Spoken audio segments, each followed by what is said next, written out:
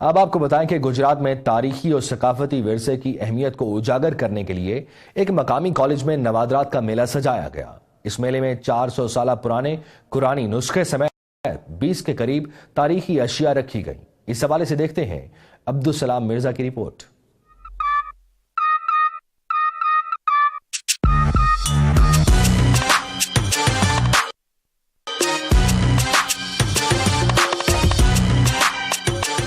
गुजरात के मकामी कॉलेज में सजा नवादरात का मेला तारीखी खुतूत, नायाब सिक्के, यादगारी टिकट्स, बर्तन, कैमरे, मेडल्स, खंजर, जमाना कदीम की कुल्हाड़ियां, मुगलिया दौर के ताले मोहरे, क़याम पाकिस्तान से अब तक के करेंसी नोट और दीगर नायाब अशिया लोगों की तवज्जो का मरकज बनी रही।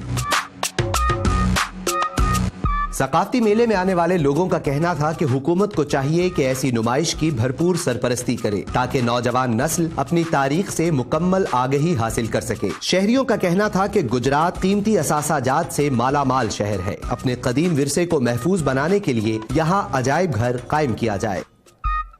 आप न्यूज के